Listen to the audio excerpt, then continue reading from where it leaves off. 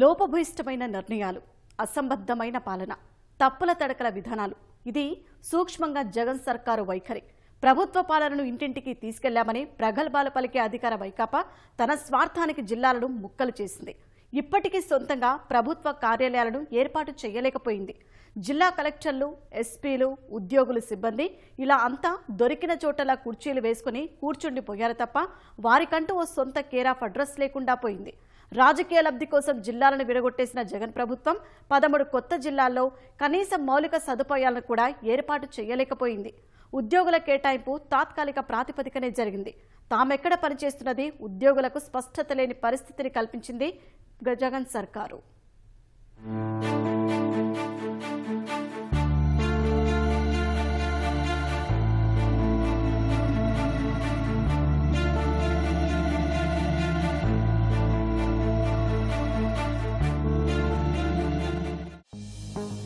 అల్లూరి జిల్లా ఎస్పీని కలవాలా? అయితే పాడేరులోని ఆ ఫంక్షన్ హాల్కు వెళ్ళండి. పల్నాడు జిల్లా ఎస్పీకి ఫిర్యాదు చేయాలా?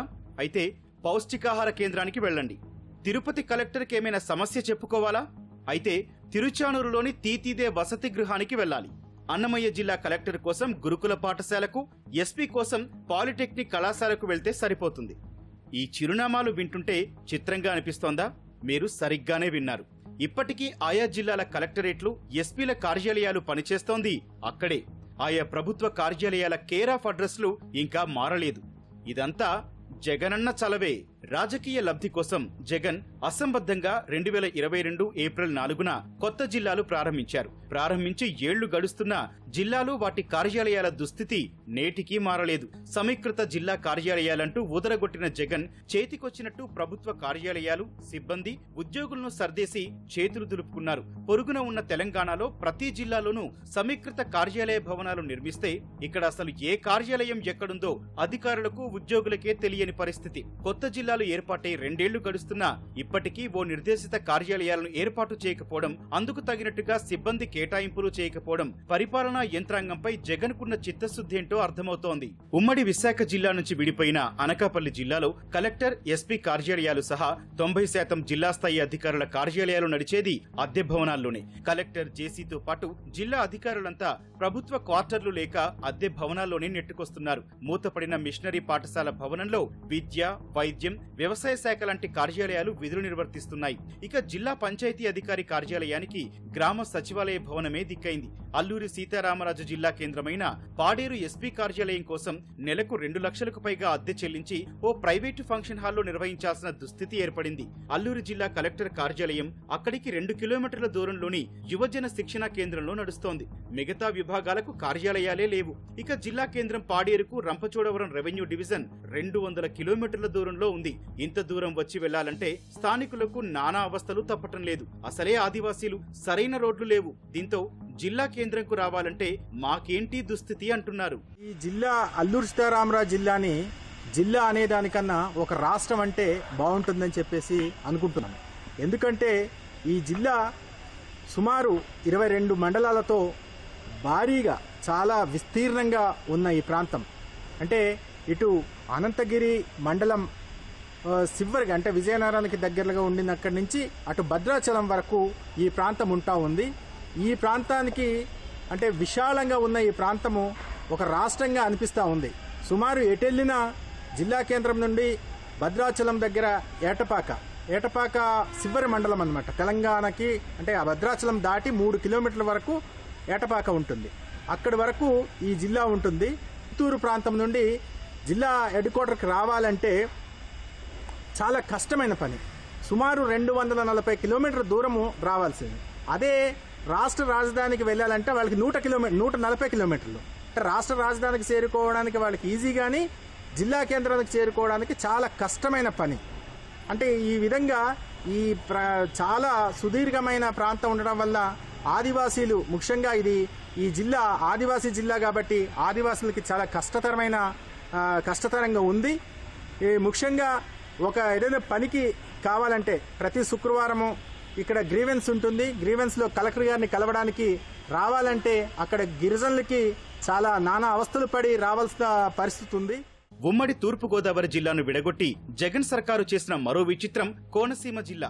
కోనసీమ కలెక్టరేట్ అమలాపురంలోని డిఆర్డీఏ శిక్షణా కేంద్రంలో ఏర్పాటైంది. అక్కడికి 16 కిలోమీటర్ల దూరంలో ఉన్న ముమ్మిడివరం ఎయిమ్స్ ఇంజనీరింగ్ కళాశాల భవనంలో 24 ప్రభుత్వ విభాగాల కార్యాలయాలను తాత్కాలిక ప్రాతిపదికన ఏర్పాటు చేశారు. వీటి కోసం నెలకు 12 లక్షల రూపాయల మేర అద్దె చెల్లిస్తోంది జగన్ సర్కారు. ఉమ్మడి తూర్పుగోదావరి జిల్లా కేంద్రంగా ఉన్న కాకినాడలోనే ఇంకా చాలా ప్రభుత్వ శాఖలకు చెందిన కార్యాలయాలు నడుస్తుండటం ఇంకా విచిత్రమైన పరిస్థితి. కొత్త కార్యాలయాల ఏర్పాటు కాదు కదా, రోజువారీ కార్యాలయాల విధుల నిర్వహణకు అవసరమైన కాగితాలు, పెన్నులు, పెన్సిళ్లు లాంటి స్టేషనరీని స్థానికంగా ఉండే కేంద్ర ప్రభుత్వ సంస్థ ఓఎన్జీసీ సహా ఇతర సంస్థల్ని ప్రతిమాలుకొని నడిపించాల్సిన దుస్థితి పట్టింది.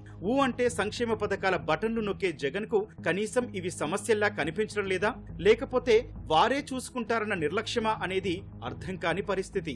కొన్ని చోట్లయితే నేను I don't hesitate to come on record. నేను రికార్డు మీద రావడానికి ఏమాత్రం సందేహించడం లేదు. ఫర్ ఎగ్జాంపుల్, నా మాతృశాఖలో విశాఖపట్నం జిల్లాలో ఇప్పుడు అల్లూరు సీతారామరాజు జిల్లా అని పెట్టి పాడేరులో మాకు ఒక ఆఫీస్ పెట్టారు. కమర్షియలైజ్ డిపార్ట్మెంటు పాడేరులో ఆఫీస్ పెట్టడం యొక్క ఔచిత్యం ఏంటో మరి మాకైతే అర్థం కాలేదు. అక్కడ ట్యాక్స్ రెవెన్యూ ఎంత ఉంటుంది, అక్కడ ట్యాక్స్ పేయర్స్ ఎంతమంది ఉంటారు, అక్కడ పెట్టి అక్కడ ఒక ఆఫీస్ లేదు, రూమ్ లేదు, మొత్తం ఆ స్టాఫ్ అందరినీ ఒక గదిలో కూర్చోబెట్టినటువంటి పరిస్థితి. వాళ్ళందరూ విశాఖపట్నం నుంచి ఆపరేట్ చేస్తూ ఉన్నారు. సో ఈ రకంగా వ్యవస్థను ఏర్పాటు చేసినప్పుడు దానికి కావలసినటువంటి మౌలిక సదుపాయాలు, కావలసినటువంటి ఏ ఉద్దేశంతో పెట్టారు, ప్రజలకి మరింత సేవల్ని దగ్గర చేయాలని అనే లక్ష్యం నెరవేరుతోందా, నెరవేరాలంటే కావాల్సిన మౌలిక సదుపాయాలు, వనరులు కూడా సమకూర్చాల్సినటువంటి పరిస్థితి ఉన్నది. అలాగే ఉద్యోగులకు సంబంధించినటువంటి కొన్ని చోట్ల మరి వారికి తాత్కాలికంగా హౌసెస్, అకామిడేషన్ అనేది కూడా చాలా ఇబ్బందికర పరిస్థితులు ఉన్నాయి. వీటన్నిటినీ కూడా ఒక విధాన నిర్ణయం చేసేటప్పుడు దానివల్ల ఉత్పన్నమయ్యేటువంటి అన్ని సమస్యలను కూడా ముందుగా ఊహించి వాటన్నిటి కూడా ఒక ప్రాపర్ సొల్యూషన్ ఇచ్చేటట్టుగా విధాన రూపకల్పన జరిగితే మరింత ఆశించిన ఫలితాలు వస్తాయి. లేని పక్షంలో అది ఇబ్బందికర పరిస్థితులు నెట్టివేయబడతామన్న విషయాన్ని నేను తెలియజేస్తా ఉన్నాను.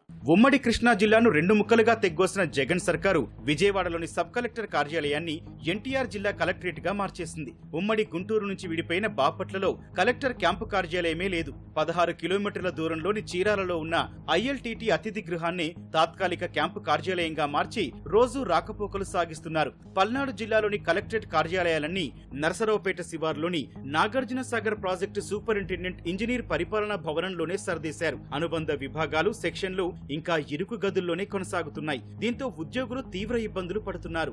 ఈ కార్యాలయాల్లో అనేకమైన ఇబ్బందులు చోటు చేసుకుంటున్నాయండి. ఒకటి, వారికి తగిన మౌలిక సదుపాయాలు కానీ, భవన సదుపాయాలు కానీ ఎటువంటి లేకుండా ఉద్యోగులకి పనిచేయవలసిన ఆవశ్యకత అయితే ఉంది. పని చేస్తున్నారు అలాగే. బట్ ఈనాటికి కూడా ఉద్యోగులకు సరైన మౌలిక వసతులు లేవు ఎక్కడా కూడా, పర్టికులర్గా కొన్ని డిపార్ట్మెంట్స్లో. మరి ఇలా ఉంటే ఉద్యోగులు అనేకమైన ఇబ్బందులు గురవుతున్నారు. సడన్గా ఒక చోట నుంచి ఆఫీస్ తీసుకొచ్చి కొంతమందిని డిప్లాయ్ చేయడం వల్ల షటిల్ సర్వీసులు చేయడం, ఇటువంటి ఇబ్బందులు గురవుతూ ఉన్నారు.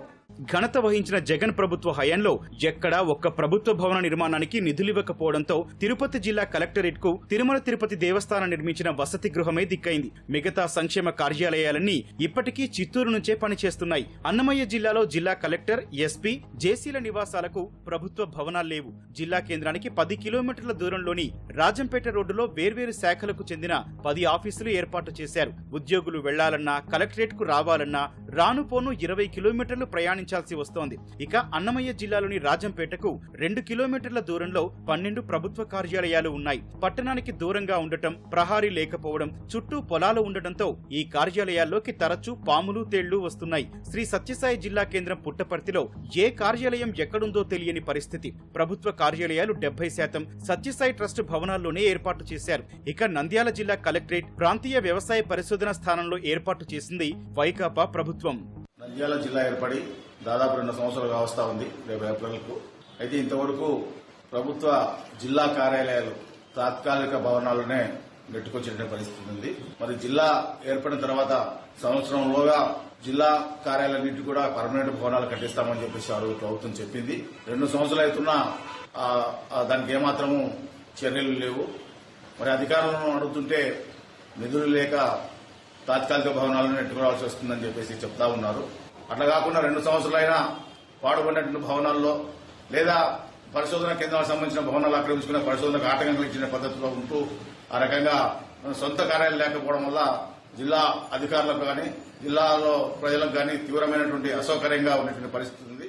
ఎవరికి తోచినట్లు వాళ్లు నిర్దిష్ట విధి విధానాలు, ప్రజామోదం, పాలనాపరమైన అంశాలను పట్టించుకోకుండానే కొత్త జిల్లాలను ఏర్పాటు చేశారు. రెవెన్యూ శాఖను పూర్తి స్థాయిలో భాగస్వామ్యం చేయకుండా కేవలం ఒకరిద్దరు అస్మదీయ అధికారులతోనే వ్యవహారం నడిపించారు. అయితే కొత్త జిల్లాల కలెక్టరేట్ల నిర్మాణంపై ఆగమేఘాల మీద గతేడాది అక్టోబర్లో డిపిఆర్ సిద్ధం చేయాలని అధికారులను ఆదేశించింది ప్రభుత్వం. కానీ గతేడాది వర్షాలకు దెబ్బతిన్న రోడ్లలో గుంతలు పూడ్చిన గుత్తేదారులకే ఇప్పటి వరకు 200 కోట్ల రూపాయల మేర బకాయిలివ్వని వైకాపా ఒక్కో కలెక్టరేట్ కు 100 కోట్ల రూపాయల మేర వెచ్చిస్తుందా అనే అనుమానం సామాన్యులకు కలుగుతోంది. ఇది ఎన్నికల వేళ జగన్ ఆడుతున్న నాటకమని వారికి అర్థమైపోయింది.